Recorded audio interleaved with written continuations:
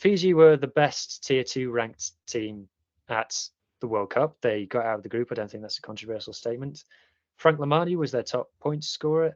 They didn't actually have that many tries, or that they had a lot of different try scorers. They didn't have anyone sort of banging them in for them, like centre forward style. So they had 2 players on 2 tries each, and then everybody else had 1 try, which I think gives us an insight into Fiji's attack is still quite vibes based, in that it's not like a strike play and then either the winger is put away in the corner, a la Josh Adams or Lewis Rees-Zammit, or the scrum half is on the cheat line and the scrum half grounds it. It's still very much whoever's there scores the try, and that's why they get a big diversity of try scorers.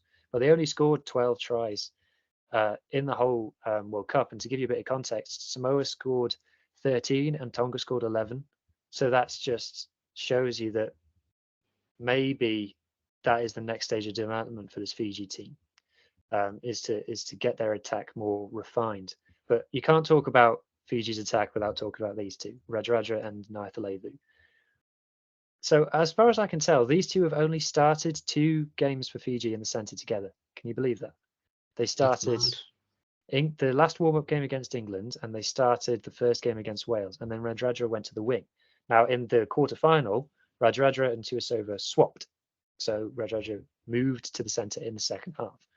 And I mean, just look at these stats, like 11 carries for Radradra, 9 for Naithalevu, 78 metres, 70 metres, 7 defenders beaten, 5 defenders beaten. We're going to talk about England's backline in a bit. These two beat as many defenders as the entire England backline did in that game. So, and then you got 2 line breaks. To be fair, you try tackling these guys. Oh my God, Marcus Smith tried. We'll talk about him later. So yeah, and Naithalevu's leadership has just been inspirational in this World Cup. Radradra in this game went full Radradra and was unplayable, but Naithalevu's leadership for this team and what he's brought. I mean, he didn't score a try off it, but I'll never forget his run against Australia in the last minutes of the game to get them down onto the 5-metre line, where he was just absolutely, he'd been on the pitch obviously for the best part of 80 minutes at this point, and he just put his head down and he ran. And it's kind of like, I know these two are over 30 now. I don't have their exact ages, and people have been talking about Radradra being on a decline. I just hope we haven't seen these two play together for the last time. I just hope that, you know, the rumours of Fiji joining the Rugby Championship, I hope we get to see these two tear it up for at least a couple more years, because the rugby world needs to see these two play together, because my goodness, like this is what rugby is about. Bring Radradra back to Toulon. Yes. Get the band back together. Yes. Where is he gone now? Can you quickly check for me in the background while I talk about Botia? Radradra, is he not still at Bristol? No, he's left Bristol because they've got Ravovo and Vakatawa now. Oh so yeah, I don't watch that sport. Oh, he's gone to Toulon, or sorry, not Toulon, Leon. Yeah. Okay, so it's Leon. I thought it might be Leon. So cool. So that'll be poor Connacht. Connacht got them in Europe this year. Ender will not be happy. Yeah, so that will be a South of France derby between Toulon and Leon, though. It's definitely worth watching. Hope that's on Viaplay. Anyway, so Botia is the other key man. You know, Botia is one of those players who's so good, like it's not interesting to talk about how good he is. Like I think he started 3 games and played in all 5. Meters 74. This is for a loose forward. 74 meters, 48 tackles, 44 carries. For every game that he started, he was the top tackler and the top carrier for Fiji in those games.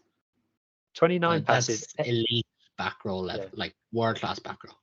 Yeah, I mean, but our friend Jade, shout out Jade if you're listening, asked, is he a World Player of the Year nominee? And you're like, runner up in the top 14, back-to-back European Championships, arguably the best player in the best ever Fiji side. Yeah, I'd say he's a nominee. He's worth a nomination. Himself and Audrey could get it. Yeah. To La Rochelle. I know he doesn't play back row for La Rochelle, but you know. He does sometimes. But Audrey is a good shout. Audrey in that first game against New Zealand, his stats were stupid. Like, yeah. He was my contender if France won at the weekend. He was my favourite, but now I have no idea. It'll probably anyway. Well, that's a chat for another pod. Anyway. It won't be a prop. That's all we know, folks. It will not be a prop. 7 turnovers won, 7 defenders beaten, 5 offloads, 1 line break, 1 try assist. This is like again, I say it again, it's a loose forward. There's not supposed to be like this. And if you look at him as well, he's kind of an odd shape. Like Yeah, you, and to think that he's, when the number on your back gets smaller, it's normally a bad sign. If you go from a 12 to a 7, that's normally a sign that something's gone badly wrong. But it hasn't. It's gone very right for Botia.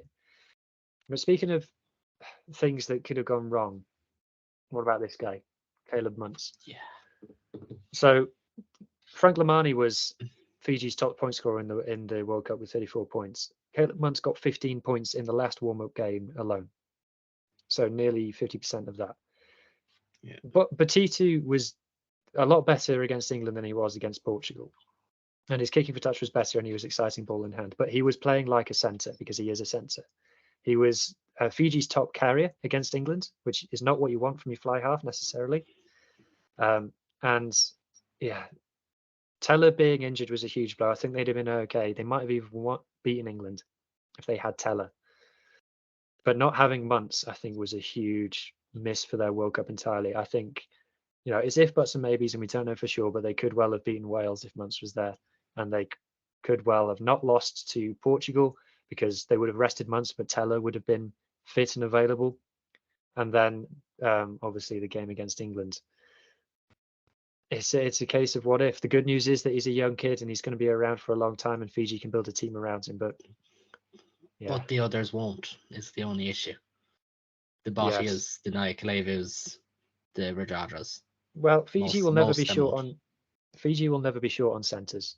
Fiji will always have centres. So that's the one shiny thing. You got Droa Stacey at fullback, who should be around for a while yet, and most of the pack that is with the Drua is relatively young. I haven't got a side on the Sila, but he's one of my unsung heroes of the World Cup. Started every single game, started most of the warm-up games as well, started every single game for the Drua this year.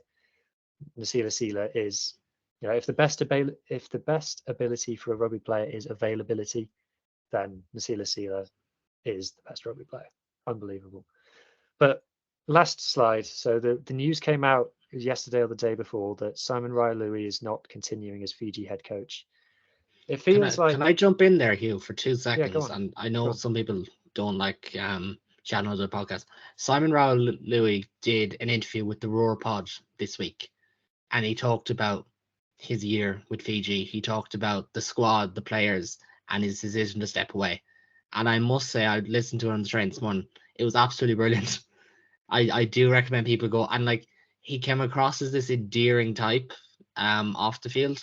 He comes across like that in the interview. Like he was really, really good. I do recommend people go, and like, he's not being let go. It's not a Vern Cotter situation or anything. He is deciding to step away. And what a 1 year at Fiji he has had, Well, because they were yeah. so good. Well, he was the director of high performance or something similar to that. I don't know exact wording of the role. So he kind of gave himself a demotion to be the national men's head coach. But like you say, he was only in the role for a year, and it's like we hardly knew you type situation. So 10 games, 6 wins, and you have to bear in mind the 4 that they lost was Wales at a World Cup, Portugal at a World Cup. Okay, maybe forget about that. France away in France in a World Cup warm up, and then England in a World Cup quarter final. That's not for Fiji. That's not a bad losses. That No, is that you can hold your very head high after respectable. every single one of those. So like I said, the average rank of the opponent based on today's standings that he played as Fiji coach was 10th, which when you considering for a tier 2 nation, that is high. 32 tries scored, 23 conceded. They walked the Pacific Nations Cup. They absolutely walked it. They had every single game won by half time, and they rotated a lot.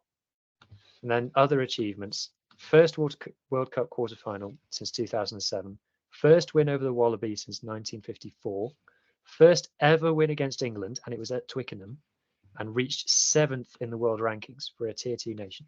7th in the world rankings. Like I say, 10 games. What a 10 games. Unbelievable. I honestly think that the creation of the Fijian Drua and what Fiji have done in this last year could be one of the most impactful things to happen in rugby for a long time. And if they get let into the Rugby Championship, I think they don't look back, and I think Fiji are going to be a serious problem. And I love that, in a problem in a good way. Fiji are going to be on the map properly now if they get into the Rugby Championship, and if they get into this new World League, which we don't like. But I think if Fiji get let into that, there's going to be some nations regretting letting Fiji in, because I think Fiji are not going to be whipping boys in that. I think they, especially if teams like Australia or Argentina or Scotland or Wales have to go to Fiji to play games, there's not you're going to have to be good to come away from Fiji with a win. Yeah, and especially when Fiji don't get a lot of home games, if you've to go there and kind of not appeal to them, I feel like that would be a bit too much, because they'll get up for it anyway. But imagine having to go to Fiji in the first like big test game they've played there in years, and you're maybe a Wales or an England or an Ireland who are coming in a bit undercooked, haven't been playing that well. Jeez, I would not like that. Like, it's a recipe for disaster, and it's in all the right ways for a change.